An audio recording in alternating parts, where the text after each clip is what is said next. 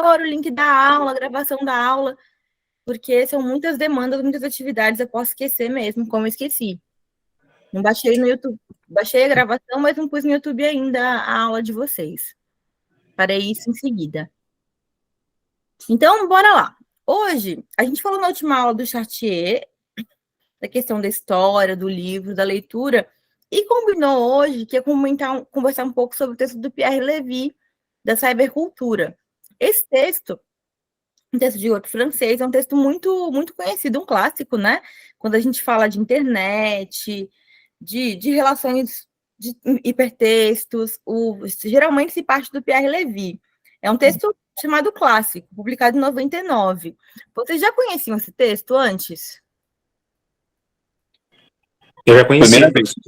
Eu não conhecia, não. Já, Sidney?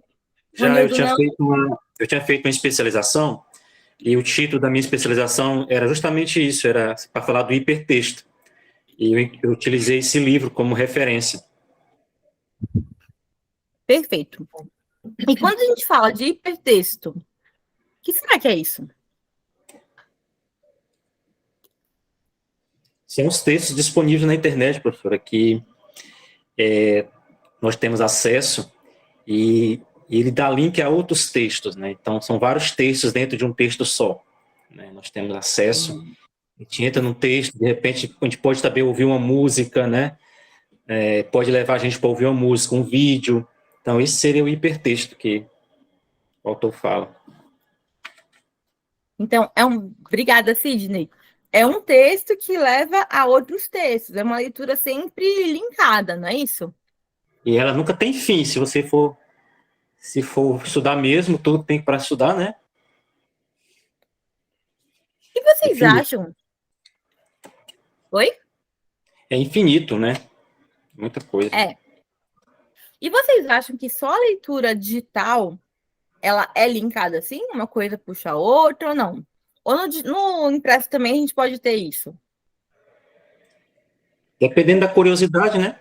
Do aluno, ele pode ler um texto impresso e pesquisar outro, né? Através de uma referência do texto, pode buscar outro livro e por assim vai também.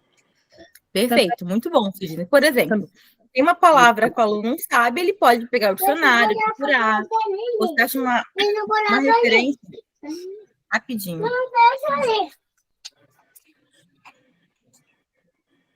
Pronto, desativei o som. Então, ele pode buscar referências em outros textos, usando um dicionário. Joana, fecha seu microfone um pouquinho. Obrigada. Ele pode buscar referências no dicionário, em outro texto literário, e achar por ele mesmo a referência. Agora, qual a grande particularidade do texto digital? Tudo isso é muito fácil, né? Então, geralmente, até no próprio texto digital, já tem os hiperlinks. O que são mesmo hiperlinks, gente, que eu não lembro? Já ouviram falar disso? Hiperlink? Me ajuda, Luciane. O que são hiperlinks? É quando a gente está lendo um texto, né? E a gente pode clicar e levar outro texto, né? De outro autor, através dos hiperlinks, nos encaminham a outros assuntos, ou o mesmo assunto, de forma diferente. Perfeito. Obrigada, Luciane. Por exemplo, Ronildo, numa apresentação básica de PowerPoint mesmo que eu fizer, eu estou falando lá da Ovelha Negra da Família. Eu lembrei da música da Rita Lee. Aliás, ela faleceu hoje, deixa aqui nossa homenagem para a Rita Lee. Eu quero passar para os alunos a música da Rita Lee. Então, o que eu faço? Quando no texto que está falando da Ovelha Negra, eu coloco lá no PowerPoint, com o botãozinho direito, inserir link, e copio o link da música da Rita Lee no YouTube. Então, quando eu colocar na apresentação Ovelha Negra, eu vou clicar e vai para a música da Rita Lee no YouTube. Sim?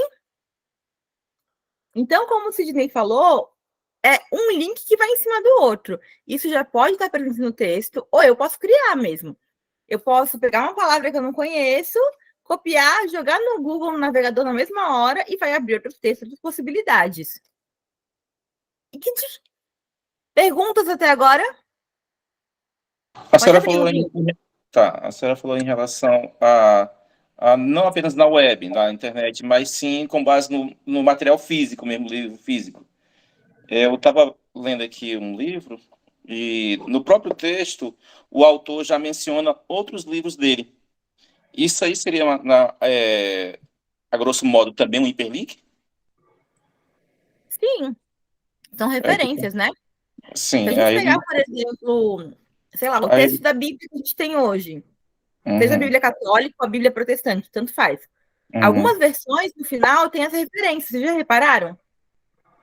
É uma Sim. passagem, aí no rodapé tem outras referências de outros textos que falam daquela passagem. Não, mas só que São assim, referências. ele fala do outro livro no próprio texto. A gente está lendo e já deixa no livro tal, tem esse assunto também já foi dito.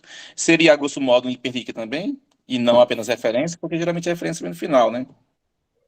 Vamos pensar juntos para responder para o Ranildo? O que vocês acham? Que ele está falando da citação, que pode Não, ser visto como hiperlink. não é uma citação, pelo que eu entendi que ele está falando. O autor, ele menciona algum outro texto. Não é uma citação direta, não. Vocês acham que quando um autor menciona outro texto, faz referência a outro texto, isso pode ser um hiperlink? Eu Eu acredito. acredito Com que a escala. nota de rodapé ela é mais característica do hiperlink do que aquela citação, né, direta ou indireta dentro do próprio texto, né, se eu não estiver equivocado. Obrigada, Gilmar. Analise o que você falou. Bem, não, a questão das citações no texto não seria mais a questão da intertextualidade? Eu estava Porque quando a esperando gente a hora está de alguém lendo, falar dela. porque quando a gente está lendo o texto na internet, aí tem aquelas palavrinhas em azul que tu clica e vai para outro Eu falo texto. assim, eu falo Isso eu assim, entendo como hiperlink. eu- Mas as citações, as referências dentro do texto, eu entendo mais como intertextualidade. Paráfrases, paródias, citações e etc.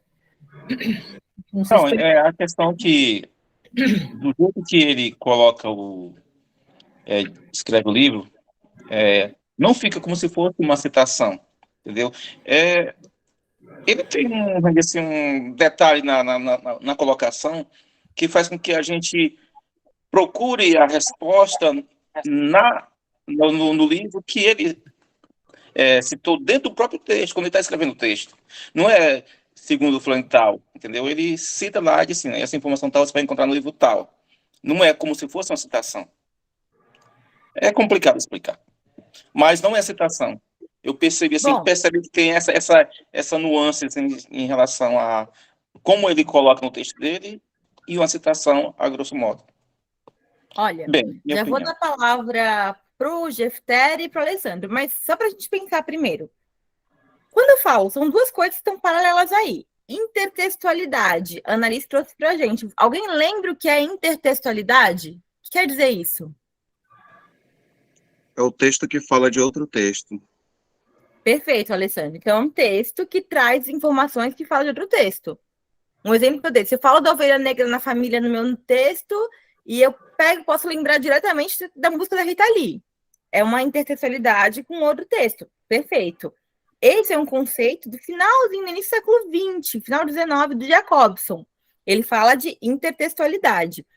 O Pierre Levy, eu estou falando de 99. Né? Final do século XX, ele também, 99, antes, entrando na internet. Já tinha internet? Já. A internet era como a gente tem hoje? Não. Então, naquele finalzinho dos anos 90, o Pierre Levy ele começa a pensar alguns critérios para pensar em leitura, texto, coisas que eram novas até então, né? Então, eu posso tratar as duas coisas, eu posso pensar que uma coisa é intertextualidade e também hiperlink? Posso. Posso pensar que uma mesma coisa pode ser as duas coisas. Eu estou pensando em momentos diferentes, em conceitos distintos, sim? Agora, o exemplo do nosso colega do Romildo, precisava ver o texto dele.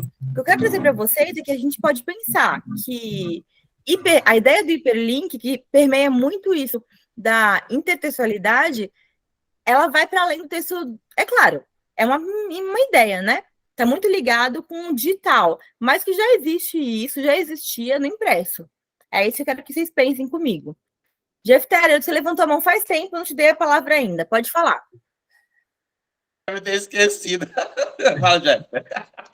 Já até passou, era sobre a questão do link, hiperlink, né? Que eu lembrei do início da pandemia, que nós produzíamos os apostilados, né? A gente dava aula online, nós fizemos os grupos das turmas lá da escola. Toda semana a gente tinha que produzir uma apostila e postar lá nos grupos. E nesse material, nessas apostilas que nós fazíamos, a gente colocava links lá para outros materiais, né, para outras coisas que a gente pegava da internet, para videoaula do YouTube, inclusive até nossas avaliações, né, eu fazia lá no Google Forms, né, aquele formulário do Google, e colocava o linkzinho lá na apostila, que aí o aluno lia o assunto, o conteúdo, e ao final tinha uma atividade, né, um deverzinho que era para ele fazer. Aí ele clicava no link, jogava lá para o Google Forms, lá tinha um questionário, uma avaliação que ele ia fazer, e depois chegava para mim, né, aqui no computador, eu verificava se aquele menino tinha assimilado o conteúdo, né, daquela aula, junto com a exposição e também com o material que eu tinha postado lá no grupo. Olha só, um parênteses aqui do Jefter. Pierre Levy escreveu o texto no final de 90, né? Quem diria que ele ia imaginar que em 2020 esses hiperlinks, a gente já está tão acostumado com isso. Se a gente falasse isso em 2018, 2019, ninguém ia imaginar que tanto material... Tem até QR Code hoje, com licença, professora. Tem até QR Code hoje, né? Tem uma professora de biologia lá da escola que ela trabalha com QR Code nas aulas dela. O aluno vai com o celular, aponta no QR Code, leva para o formulário do Google, leva para uma apostila, leva para uma avaliação. Muito interessante isso. Perfeito. Então, não dá mais para ignorar essa parte digital. Conceitos clássicos, subsidiários que Pierre Levy traz para a gente no final do século passado se atualizaram e não tem como ignorar nem querendo, né? Não dá para falar... Eu assisti semana passada um show do Diogo Vieira, um humorista que fala de professor. Ele veio aqui em Boa Vista, acho que é isso, Diogo Vieira. E ele falou que tem um grupo de professores que, eu sou do presencial. Não dá para falar mais isso do presencial, gente. Não dá para falar, eu trabalho só com a lousa. Assim, dá, mas... Precisa dizer isso o pessoal do Prof. Letras, viu? Então... Porque a gente ia ter algumas aulas online, aí foi baixado a resolução, que agora é tudo presencial. Pois é. A aula está sendo gravada, tá? Eu estou abrindo aqui esse espaço para desabafar, assim, porque a gente está aqui conversando sobre essas questões dos hiperlinks, dessa questão do cyberespaço, essa universalização, né? E, de repente, a gente recebe... de cima para baixo, uma determinação que as aulas têm que ser presenciais, como se não fosse possível aprender numa aula dessa por aqui, por exemplo, né? Virtualmente. Eu entendo, né, Liz? Não, é espaço para isso, né? Você tem que ter espaço para falar alguma hora. Gente, não dá. Mas a questão é que quando fala de educação, de institucionalização, as coisas têm que passar por regras mesmo, né? A gente tinha até antes da pandemia o presencial e o EAD. Então, tinha regras da graduação, da pós-graduação que serviam para presencial, regras para EAD. Na pandemia, misturou tudo, né? Nem foi normatizado. Então, todas as aulas eram EAD. E ainda, agora... professora? Oi. E ainda, o professor, para fazer o mestrado, tem que ser onipresente, né? Porque ele tem que estar na sala de aula, dando aula, e tem que estar na sala de aula assistindo. Então, são questões que a gente precisa rever, principalmente no mundo que nós estamos vivendo com essa situação todinha, não precisa mais essas coisas. E a gente, olha, os professores aqui, todos angustiados, se desdobrando aí, sem saber como é que eles vão fazer para estar em sala de aula e para estar presencial lá na universidade. E colocaram a gente no polo mais distante. Não, é verdade. E aí, também, cabe você chorar, são muitas lágrimas. Entrar em contato com o Prof. Letras no Rio Grande do Norte, né? Sabe? Se posicionarem também. Vocês têm base teórica para isso, né? Dá para falar do Pierre Levy já como base, por exemplo. E se posicionar, falar, olha, Já em 99, o cara falava que era possível. A gente está em que ano, né? Se posicionem também, tá certo. O Sidney, você levantou a mão e depois o Ronildo. Sim, professora, você estava falando da questão do Pierre Levy, que fez o livro em 97, se não me engano, que foi publicado.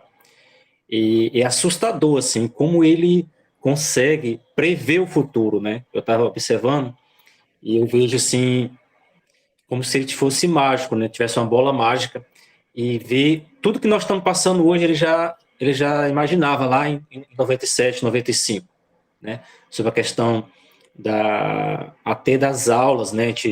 Um trecho lá eu estava lendo, percebe que aí fala das reuniões online, né? Que as grandes empresas naquela época já faziam, embora não tivesse os mesmos recursos que nós temos, né?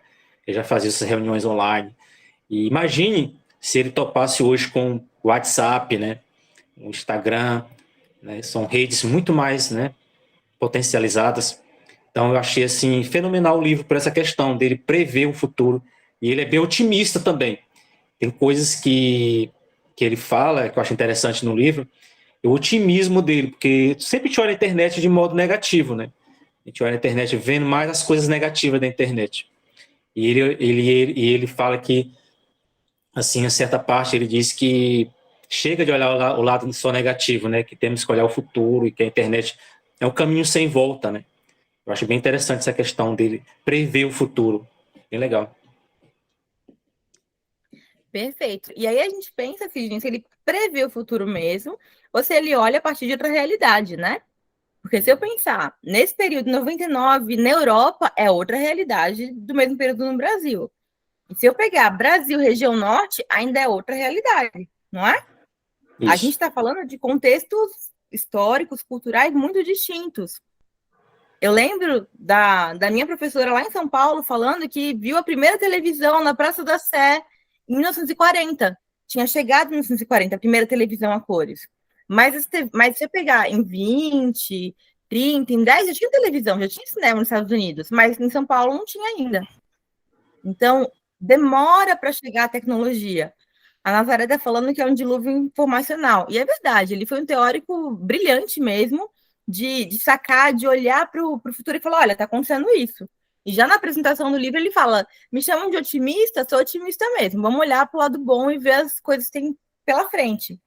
Aí eu fico lendo o livro, eu fico imaginando, se a internet não tivesse dado certo, né? O que seria dele, que ele previu tanta coisa e apostou tanto, se não tivesse dado certo, eu ficava assim, imaginando quando eu estava lendo o livro. É verdade. É incrível, né? Quem foi que levantou a mão? Foi o Alessandro?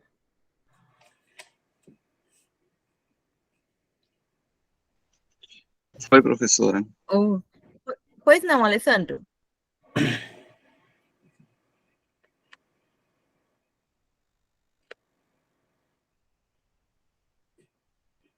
Tá com o microfone desligado, Alessandro. Perdão, professora. Era para contribuir com relação àquela questão se a presença nos livros, né, a referência do autor pelo autor, se seria um hiperlink, né? Mas a senhora acabou praticamente respondendo. Aí a contribuição era que eu acredito que não se enquadre, porque hiperlink é uma nomenclatura recente, advindo com a internet, né? Então, o que é o hiperlink? Ele nada mais é do que vem a ser o quê? São páginas, né? Que leva o usuário a uma outra página, um site diferente, né? Então, site é algo, digamos assim, é o software, né? Que dentro da tecnologia a gente chama. Tem o hardware e o software, então seria mais a parte do software.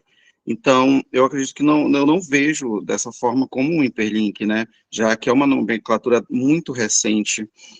O próprio Pierre Levy, ele coloca que a internet ela é um instrumento de desenvolvimento social. Ele toma como referência a escrita, né? A escrita, ela levou mais ou menos uns 3.000 anos para atingir o atual estágio. Aí ele fala que a internet, ela tem apenas 10 anos. Então, é um termo novo, jovem, até então, né? Então, eu não vejo dessa forma, né? Eu acho que o hiperlink, ele está ligado à cybercultura mesmo, né? Ele está intimamente ligado à cybercultura, que é aquela ideia já desenvolvida pelo Mike Lua, né? Considerado o pai do Pierre Levy, e que ele nos coloca essa situação. Eu acho que o hiperlink está mais ligado à própria cybercultura, né? Quando você tem um espaço digital onde um link ele está em uma página que leva você para uma outra página, algo que não pode ser referenciado ao aspecto físico, né, presente dentro do próprio livro. Obrigada, Alessandro. O Alessandro trouxe um ponto importante que eu acho que cabe sinalizar aqui a questão de conceitos e datas, né? Por exemplo, falei para vocês que quem trata de intertextualidade é o Jacobson, né? Ele trata disso lá no iniciozinho do século XX. Jacobson está lá fazendo intertextualidade. Então, é muito complicado de eu falar de intertextualidade, por exemplo, com texto da antiguidade. A gente vê vários trabalhos falando da intertextualidade de um texto, do outro. A gente vê. Mas, academicamente, isso é muito delicado, sabe? Eu tratar de um conceito contemporâneo, moderno, para falar de um texto antigo. É claro que tem controvérsias, né, gente? Eu vou tentar abrir minha câmera e ver se para o som, aí vocês me avisam. Eu sei que é claro que tem controvérsias. Eu lembro numa aula do mestrado na USP, e a professora ficou a aula inteira falando disso, que não dá para pegar um conceito novo e tratar algo que não tinha ainda. Não dá para eu falar de aspectos do modernismo na Grécia Antiga. Porque são coisas, são conceitos diferentes, são um modo de ver o mundo diferente. Tá fazendo sentido, Ronildo? Não? Bora lá, tá com uma cara de interrogação. Vamos. Você tá pensando? Abre o microfone. Não, tranquilo, tranquilo. Mas eu ainda acho que, assim, quando ele dá essa abertura e deixa, vamos dizer assim, entre aspas, aquela pulga atrás da orelha, quando ele cita na sua narrativa um livro, entendeu? Apesar de nós falar que já é um termo bem recente, mas a ideia é antiga, entendeu? A ideia é antiga, entendeu? Então, eu acho assim que, apesar do termo ter se popularizado com o advento da internet, mas essa ideia é antiga. Bem, essa é a minha opinião, né? Mas, assim, eu concordo também com ele, porque, assim, só se soube do link e hiperlink com a internet. Mas, se a gente for analisar bem profundamente, a ideia é antiga. Não, tá certo. Bem, essa é a minha Além opinião. de a gente tá falando aqui duas coisas diferentes, e os dois se estão certos. Eu não tô Alessandro, que os conceitos, a ideia, o suporte, ele vai mudando. Mas o jeito de manter a comunicação é o mesmo. Eu lembro que na época que eu estava fazendo literatura na graduação, a professora levou um texto do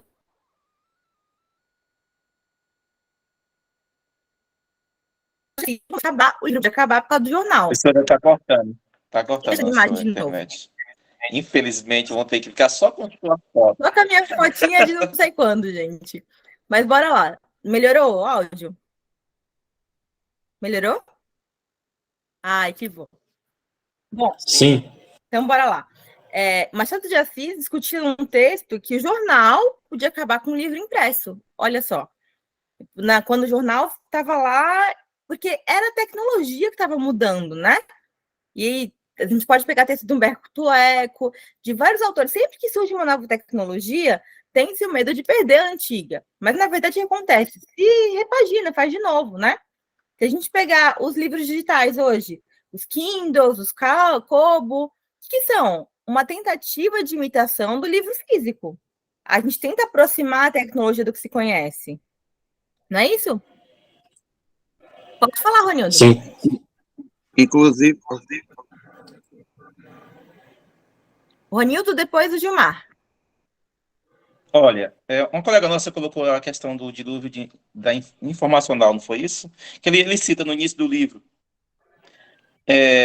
Certa parte ele acertou, mas só que observe que hoje nós já temos basicamente, vamos dizer assim, o ensaio para o metaverso. Aí eu estava até, quando eu lendo, eu estava até pensando, se ele pensou no dilúvio e aquele barquinho lá em cima da água. Imagine agora nós submersos nesse dilúvio de informação, porque o metaverso, basicamente, nós entrarmos de vez nesse mundo digital, entendeu? Com os avatares, com as compras virtuais e tudo mais. Então, assim, ele acertou e tudo que nesse início já está um pouco mais evoluído do que ele imaginou. Porque será que ele imaginaria o metaverso, que já é uma coisa bem mais profunda do que o dilúvio informacional, como ele cita? Olha lá. Gilmar, você tem a palavra depois da Joana.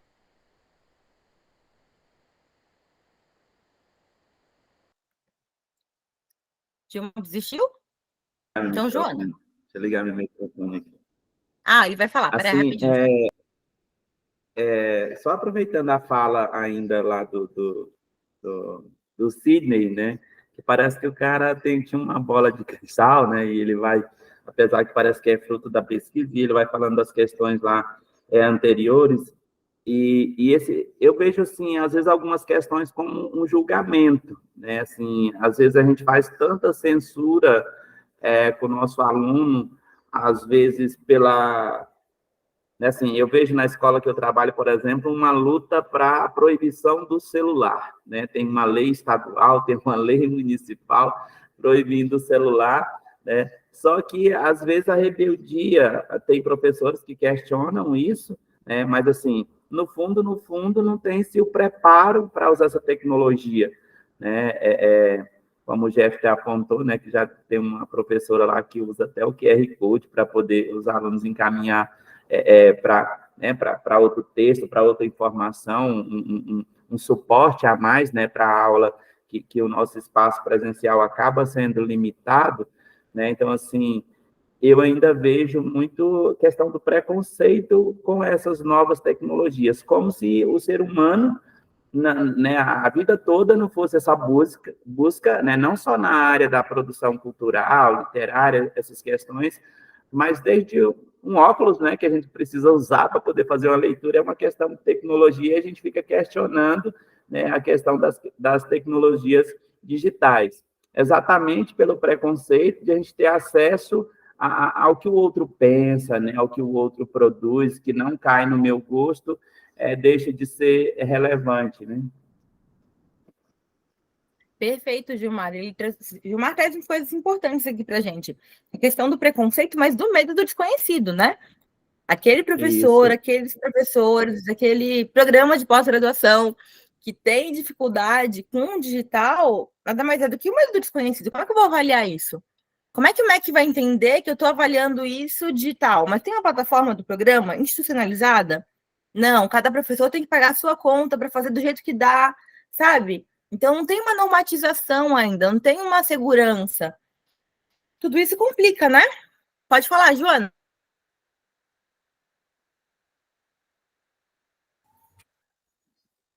Professora, eu concordo com a posição do rapaz aí que falou por último, não me lembro quem foi, e além da gente também saber selecionar algumas coisas, né, o autor vem falando sobre preconceito, daquilo que é novo, daquilo que às vezes a gente não conhece, e acaba tendo aquele conceito pré-concebido, né, e se direciona para esse lado e acaba perdendo a oportunidade de conhecer, de aprender outros modos de se trabalhar, principalmente nós que somos professores, a gente precisa sempre estar se atualizando, né, porque os nossos alunos, eles nasceram nessa era digital, né, nós não, a gente nasceu, a gente aprendeu, né, a era, eles não, eles já estão engajados nesse processo, né, nesse mundo cultural digital que é tão acessível a todo mundo.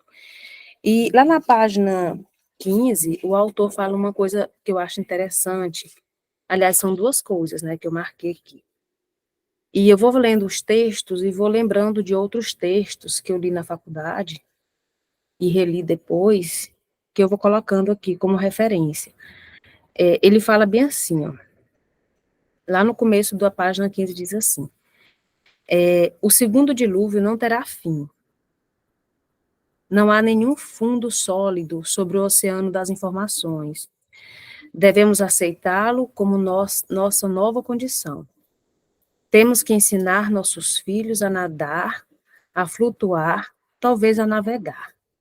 E isso daqui eu acrescento também a nós, professores, né, que também nós precisamos fazer isso com os nossos alunos, que recebem bombardeio de informações e que, ao mesmo tempo, talvez eles não consigam fazer esse filtro daquilo que realmente vai enriquecer ele, daquilo que vai apenas encher a cabeça deles e deixá-los estressados até dentro de casa.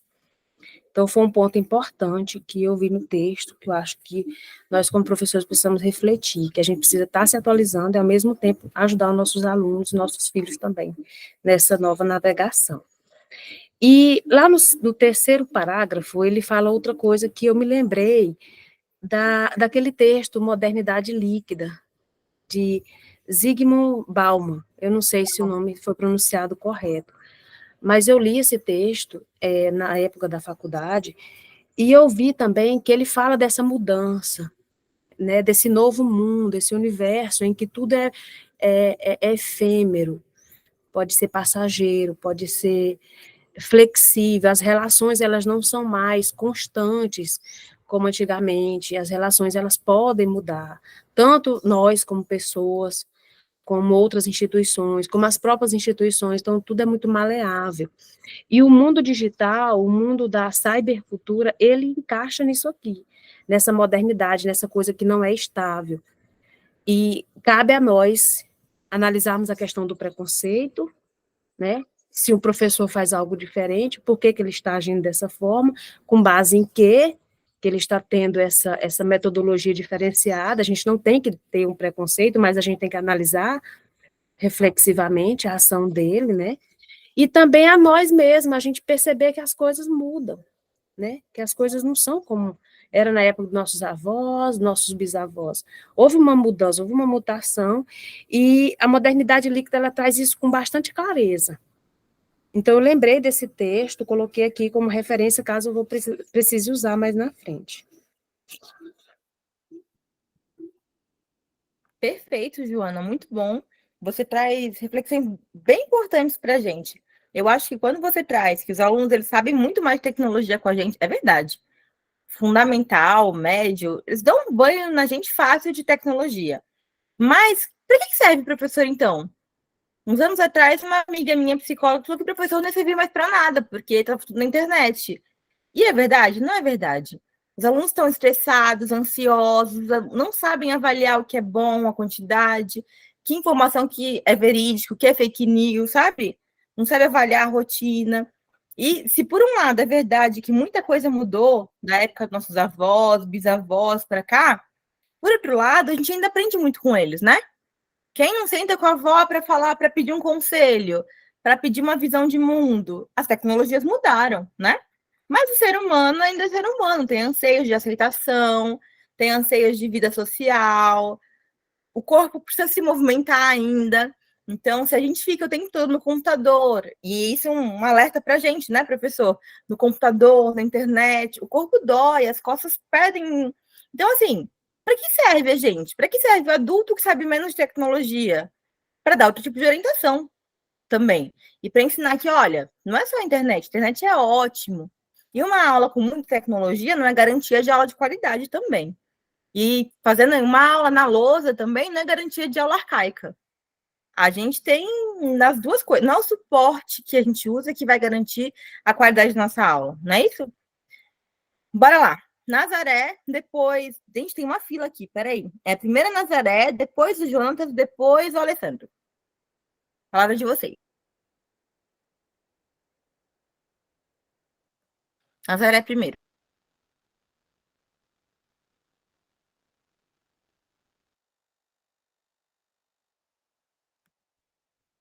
Enquanto a Nazaré vai ligando, pode falar, Jonatas.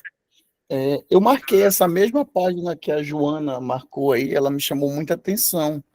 É a página 15, né? Quando ele fala que quando Noé, ou seja, cada um de nós olha através da escotilha de sua arca, ele nos compara a Noé, né? Nessa trajetória, e eu já não tenho essa visão, não. Eu acho que nós somos os animais. A gente foi colocado para dentro desse barco e a gente está indo embora nessa água aí turbulenta. Talvez os nossos filhos, os nossos descendentes sejam Noés, mas nós mesmos não me sinto como, né? Tanto que, pegando lá do início da aula, quando se falou do ano pandêmico, em que teve um avanço, né, na tecnologia, 2020, aí do nada, Google Forms, Google Meet, Google Tudo, acabou a pandemia 2020, 2021, 2022, a gente voltou para a lousa como se nada tivesse acontecido, como se tivesse sido só um delírio coletivo, né? Não sei se vocês têm essa impressão, é impressionante. Mas assim, né, o autor ele acerta muito quando você pega lá a página 29 e 30, eu não estava gostando do primeiro capítulo, mas quando a gente vai para 29 e 30, que ele fecha o capítulo, é incrível o tanto de coisa que ele acerta, que assim, mesmo estando na Europa, mesmo tendo estudado, parece Nostradamus falando ali, né? Ele fala da questão do isolamento, fala a questão da dependência, do vício, dominação, exploração e a bobagem coletiva, né? Que é o que a gente mais vive hoje, a geração TikTok, geração Kawaii, a geração da rede social vertical, né? É impressionante, tá? Discordo, não dá para concordar com tudo mesmo, porque é um texto de 99, mas, assim, ele acerta bastante, né? A pensar 24 anos atrás é impressionante, tá? É sim, Jonatas. E a gente pode ter visões diferentes do texto, você está certo. E ele foi muito, muito sagaz, né? De pegar uma história mitológica, uma história da lenda, uma história antiga, como o dilúvio da Arca de Noé, e trazer para falar de tecnologia. Perfeito. Nazaré? Boa tarde. Oi. Eu acredito que foi um trecho, né, do livro que chamou a atenção, assim como da Joana, quando ela começou a falar aqui. Foi um texto que também eu já havia marcado, né, no início da página 15, quando ele fala sobre esse dilúvio de informações. A princípio, eu gostei muito, né, dessa leitura, porque a gente acaba se identificando, assim como teve um colega que falou sobre o preconceito, né, das tecnologias. Por incrível que pareça, no século em que nós estamos, ainda a gente vivencia isso em sala de aula, né, a proibição do celular, né, em pleno século que nós estamos, a gente ainda vê isso, e é algo que a gente não pode mais, assim, digamos que, viver sem, né, esse dilúvio de informações, esse universo de informações, como foi falado aqui, né, diz aqui também no início da página 15, que nós temos que ensinar nossos filhos a nadar, a flutuar, talvez a navegar, né, nesse oceano aí de informações. E a professora também, a professora Raquel, ela deixou bem claro, né, que o professor, na verdade, ele está ali para orientar, não é que ele vai ser descartado com a era tecnológica, ele está ali para orientar, né, o que é bom. Eu tenho que ver o que é que o meu filho, o que é que o meu aluno, ele está pesquisando, né, se aquilo realmente ele vai trazer algo bom ou algo ruim, porque nós sabemos que a mídia, as redes sociais, elas estão aí. Tem um lado bom, tem um lado positivo, tem um lado negativo. Então, eu acredito que nós, como pais, né, como professores, nós somos instrutores, estamos ali para repassar isso para os nossos filhos e para os nossos alunos. Perfeito, Nazaré, perfeita essa colocação. E a gente tem que ter confiança deles, né?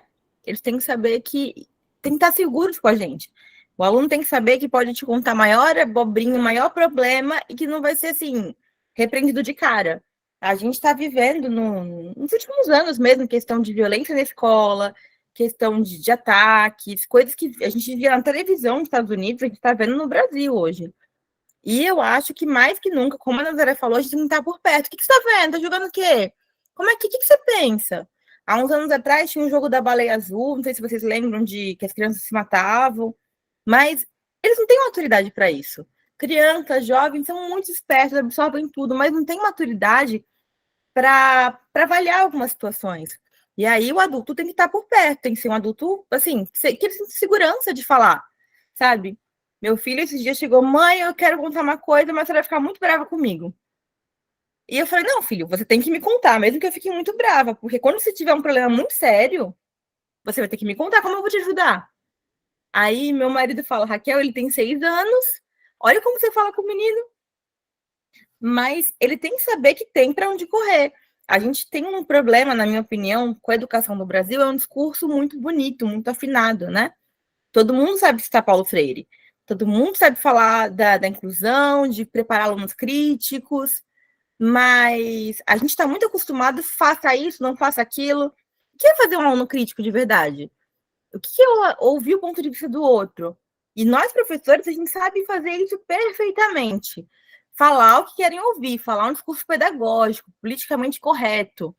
Mas, na realidade, o que a gente faz com nossos alunos, né? Alessandro, a palavra é sua, e depois do Ronildo. E depois tem mais um colega querendo falar. Alessandro. Eu quero complementar, professora, com aquilo que a senhora disse ainda há pouco, né? Aí eu retomo aqui a palavra do Mike Lua, né? Que ele foi considerado o pai do próprio Pierre. E ele, quando ele fala, né, que nós criamos as tecnologias e as tecnologias nos recriam, ou seja, temos a impressão que o que é anterior se torna obsoleto, né, e aquilo que não é acompanhado.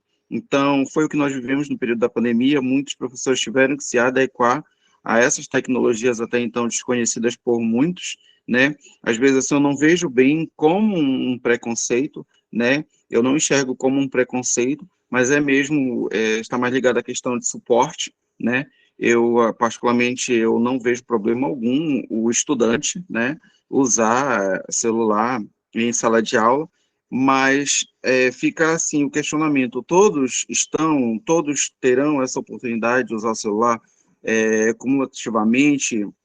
A internet, ela é compartilhada por todos, né? De que forma, de que maneira? Aí o Pierre Levy, ele pega e coloca aquele trecho, né, que a cybercultura, ela coloca o ser humano diante de um mar de conhecimento. É preciso escolher, selecionar e filtrar as informações. Aí alguns colegas falaram, né, a respeito do papel do professor. O papel do professor, ele não é obsoleto, né, ele não deve ser considerado obsoleto. Então, cabe a nós escolher, selecionar, filtrar. Ligado também à questão da experiência, nossa própria experiência de vida, já que a gente tem que orientar, mediar, acompanhar. Exemplo, quantos de nós será que já aconselhamos, sugerimos que os nossos estudantes acessassem o site do domínio público, né? Por exemplo, eu constantemente enfatizo em sala de aula que eles possam estar acessando o site do domínio público para que eles possam baixar os conteúdos que lá se encontram de forma gratuita, né? Então, é importante ter essa visão. Por que não trabalhar os cânones, né? Aí a cultura vai chegando, a cybercultura, muito tem se falado em cybercultura, né? E a gente ainda, será que a gente sabe o que é cultura, primeiramente? Antes de falarmos de cybercultura, será que a gente sabe o que é cultura, né? Aí eu tomo aqui por base a fala do Paz Loureiro, né? Que ele coloca que cultura é um conjunto, né, de características e conhecimentos de um determinado grupo de pessoas. Então, aí eu uso como exemplo os pescadores de Abaetetuba, professora, que eles possuem uma cultura de passar alho nas suas embarcações para evitar o acompanhamento do boto, né? Isso é cultura, é algo que eles fazem de maneira recorrente, é algo registrado academicamente, né? Para que as pessoas possam ter esse acompanhamento. Aí eu falo de cultura, né? Aí o que é a cybercultura? Aí já está ligado ao quê? Ao meio digital, que surge, né? A cultura que surgiu ou está surgindo a partir da rede de computadores, né? Então, é importante fazer esse esclarecimento a partir da contribuição de todos os colegas, tá? Então, era essa a minha contribuição, professora. Obrigada, Alessandro. Obrigada. Eu vou ir adiantando, Ronildo, a gente está caminhando para o final da aula. Calma. Tá, então vamos lá. Observando a fala dos nossos colegas e também a minha vivência em sala de aula,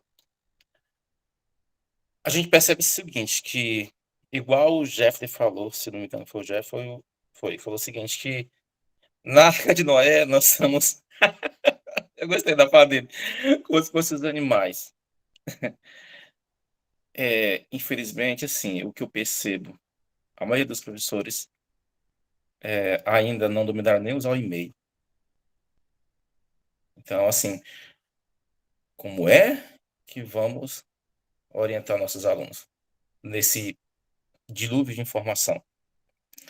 Eles estão perdidos, porque, assim, a princípio, a cultura da internet, do para agora, cria nos nossos alunos ansiedades. E é o que a gente vê nos nossos alunos.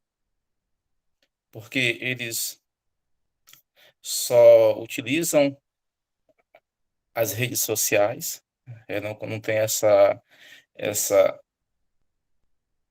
esse processo da pesquisa, onde assim, com mais para aprendizagem. E o que eles veem na internet é Ctrl+C, Ctrl+V, entendeu? Então, assim, é um texto bom, bacana, interessante, mas quando a gente vai para a sala de aula e confronta com a nossa realidade, a gente vê que nós, professores, estamos precisando realmente de um processo bem longo de evolução e evolução consistente nesse processo de saber utilizar todas essas ferramentas. E não só ter consciência que essa não é a única ferramenta, porque, igual eu falei, nós temos alunos, filhos, na beira da ansiedade, porque quando você pega uma página infinita de alguma rede social que você começa a passar, aquilo gera ansiedade. Então, assim, é um tema delicado, até para o contexto das nossas escolas, porque talvez lá em Abateituba ou em outro lugar tenha todo esse aparato, mas em algumas escolas aqui do interior não tem, entendeu? E é complicado, mas os nossos alunos já nasceram nessa era e nós não. Nós ainda estamos tentando sair da arca ainda, com medo de pisar, né, nessa terra molhada, que é o acesso à internet, ó, metaforizando aqui, que é esse acesso desse dilúvio de informação. E temos que saber que nem sempre informação é questão de sabedoria e conhecimento. Tem muita informação e pouco conhecimento nessas informações. E o livro, seja ele didático para didático, ele traz uma informação, um conhecimento mais consistente. Porque, assim, o menino pesquisa hoje aqui, já pula para outro site, fica colando. Ou seja, ele virou um bordado, né? Aquele que... recorte. A toalha de recorte. Onde ele recorta tudo e quase nada fica como aprendizagem. Então, é complicado. Não é fácil, entendeu? E até para nós, professores, também isso não é fácil, entendeu? Não é fácil, porque por N fatores. Então, essa é a minha opinião. O texto é bonito? É atual? Mas também tem coisas que batem de frente com as realidades das nossas escolas e também dos professores. Perfeito, Ranildo. A Joana comentou um pouquinho antes, né, no chat, eu vi ali que quem não está inserido é excluído dessa tecnologia. A gente tem que pensar nesse papel também. Cleudiane, você levantou a mão, você tem a fala, em seguida a gente vai caminhar para o final da aula, gente. Olá, boa noite. Só complementando, né, o que todos os colegas já falaram, o que o livro também menciona é que a gente sempre vai estar, como é que eu posso dizer, atrás, né, desses avanços. São avanços que nós não conseguimos acompanhar. E para a gente falar a verdade, como você mencionou aí, a questão de região ou de lugares, tem escolas que não têm. Por exemplo, a minha realidade é bem diferente de alguns dos colegas no período da pandemia. Nós não tínhamos nenhum recurso tecnológico para trabalhar com os alunos, né? Então, assim, uma escola bem carente, situações bem precárias, e a realidade dos alunos não é diferente. Então, assim, os alunos não tinham nenhum meio de comunicação, eles não têm celular, internet, poucas pessoas possuíam, então ficava difícil, né, para a gente trabalhar num sistema remoto com tecnologia. Então, assim, foi difícil aqui para a gente. E com relação aos alunos, para a gente trabalhar com eles, né, ensinar e ajudar, como o Ronildo, acho que foi o Ronildo que mencionou, eu trabalho com adolescentes também, e que a gente percebe, a maioria dos adolescentes hoje, alunos do ensino médio doentes, né, são depressivos, ansiosos, e não podemos negar que a questão da internet, o fato deles estarem muito conectados, muita informação, muita coisa, acaba trazendo, né, uma carga negativa também sobre eles. Então, como o próprio autor do texto mencionou, a internet, ela não é, assim, uma coisa ou ruim, como muitas pessoas determinam, não, ela é ruim, e outros dizem, não, ela é uma coisa boa. Tem um meio termo, né? Então, assim, existe uma outra opção, e a gente tem que ver que ela tem os seus fatores positivos, e o autor do texto buscou deixar isso claro, né? Assim como tem os fatores negativos também. Então, ela tem um lado positivo, também tem um lado negativo. Com licença, eu vou reclamar aqui com minhas crianças. Na verdade, quando ela reclama lá, na verdade é o seguinte, ela é o que é. Ela é neutra. Agora, o que a gente faz com ela é que vai determinar. Só uma colocação. Tá certo, gente. Gente, essa aula tá muito curta. Eu tô achando que tá muito curta essa aula. O Arliton, você tem a fala. Obrigado, professora. Só gostaria de complementar aí as falas dos colegas. E aí, eu gostei muito da citação, na verdade, onde quando a Joana falou sobre a questão da Arca de Noé, né? E aí o autor, na sua redação, ele coloca, né, ele chama isso de macrocosmo, não é isso? E aí, porque por conseguinte, viria, na verdade é o micro, né, o microcosmo, perdão, professor. Que depois viria o macrocosmo. E aí, em relação a esse caminhar na era digital, que a gente sabe que a gente precisa estar atento a isso, eu vou partir desse microcosmo da Arca de Noé até chegarmos nesse macrocosmo, por exemplo, através desse livro aqui, ó. Vocês dá para ver aí, esse livro chama-se Multiletramentos na Escola. Ele vai chegar justamente, gente, nessa questão do fazer pedagógico, partindo das reflexões aí do Levi. Se a gente um dia conseguisse realmente se aprofundar aqui nas reflexões, nos direcionamentos da Rojane Rojo e do Eduardo Moura, eu creio que isso esclareceria mais aí as nossas dúvidas, e a gente poderá, não sei, caminhar um pouquinho mais tranquilo nessa era das novas ferramentas digitais e dos multiletramentos. É isso, professor. Eu queria falar mais, mas o tempo já parece que já se esgotou. Não sou muito de falar, vocês podem observar que eu sou muito inibido ainda estou tomando gosto pela câmera, ao contrário do Ronildo aí, que é elegante, um sorriso aí bem bonito aí, viu, Ronildo? Perfeito, Wellington. Estou muito contente com a nossa disciplina, com a postura de vocês. Uma pena não poder abrir minha câmera, porque vocês não me escutam, mas tenho duas propostas para vocês. Primeira para o Wellington. O Wellington, compartilha com a gente a referência desse livro. Eu acho que ele pode ajudar nas discussões aqui. Põe lá no grupo para a gente, ver se a gente consegue acrescentar ele na discussão. E eu acho que, ao invés de trazer uma outra leitura para a próxima aula, eu queria ouvir vocês. Como é que está sendo isso? Na sala de aula de vocês, na região de vocês, como é que foi essa parte da pandemia? Como é que a gente pode pensar em cybercultura, em educação, em produção de texto, no contexto de vocês? O que vocês me dizem de trazer isso para mim na próxima aula? Cada um apresentar seu contexto, experiência, um relato de experiência mesmo. Aí vale como apresentação oral, né? Mas nada assim, não precisa de fazer grandes coisas. 10, 15 minutos para cada um, acho que todo mundo precisa falar. A aula está curta, se tem muita coisa para falar, vocês topam? Sim. Sim, professora. Sexta-feira? Então, combinado. Também compartilho com vocês. Sexta-feira, nossa aula, me ajuda aí, Annalise, que horas a gente combinou, que eu já esqueci da aula da sexta-feira? Às 16. Às 16. Obrigada, gente. Eu prometo que eu vou lembrar. Sexta-feira, às Esse 16 horas. só com relação à atividade. Esse relato para a gente fazer escrito, uma coisa mais elaborada, ou seria só um depoimento? Vou dar uma dica. Vai ser oral, não vão me entregar nada agora escrito. Mas eu acho que esse É bom relato elaborar, né? vai ser útil para um trabalho futuro. Sugestão, tá? Sim. É muita maldade pedir um texto escrito para sexta-feira de uma hora para outra para vocês. Não vou pedir isso. Pode falar só. Não precisa nem de apresentação, só conta mesmo. Faz um esqueminha no papel para saber o que você vai falar, para não devagar muito. Cada colega vai ter ali uns 10 minutos no máximo para falar, né? Porque a gente fala, né, gente? O professor fala. Pois então, né? Faz um roteirinho. Tinha coisas para falar ainda.